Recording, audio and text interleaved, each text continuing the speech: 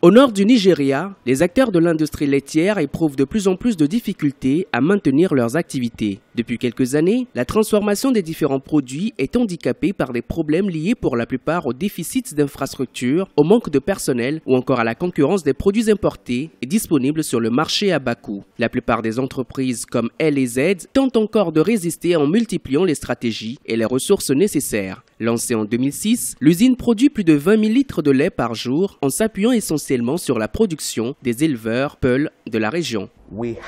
Nous avons la capacité de produire suffisamment pour approvisionner non seulement le Nigeria, mais l'ensemble de la région ouest africaine. Ce qu'il manque, c'est l'exploitation du lait à la bonne quantité, avec la qualité adéquate et la livraison à l'usine de traitement dans les meilleurs délais.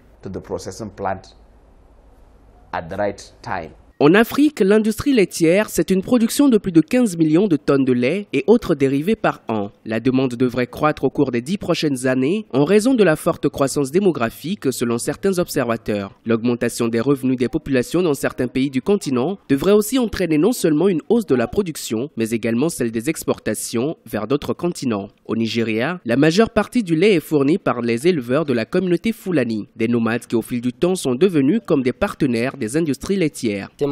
Je suis avec L&Z depuis plus de 5 ans et ils achètent une bouteille à 2 $. J'ai réalisé beaucoup de choses avec cette entreprise.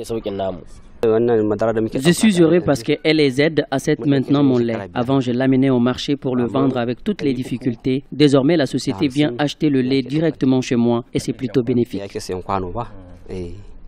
Première économie du continent, le Nigeria ambitionne diversifier davantage son économie et promouvoir les secteurs rentables et également attirer plus d'investisseurs. Mais d'abord, le pays premier producteur de pétrole doit sortir de sa dépendance, soit 70% des revenus du pays. Depuis quelques années, son économie est ralentie par la baisse du prix du brut sur le marché international. Le gouvernement entend renforcer le secteur agricole et créer des emplois en vue de réduire la dépendance aux importations alimentaires jugées trop coûteuses.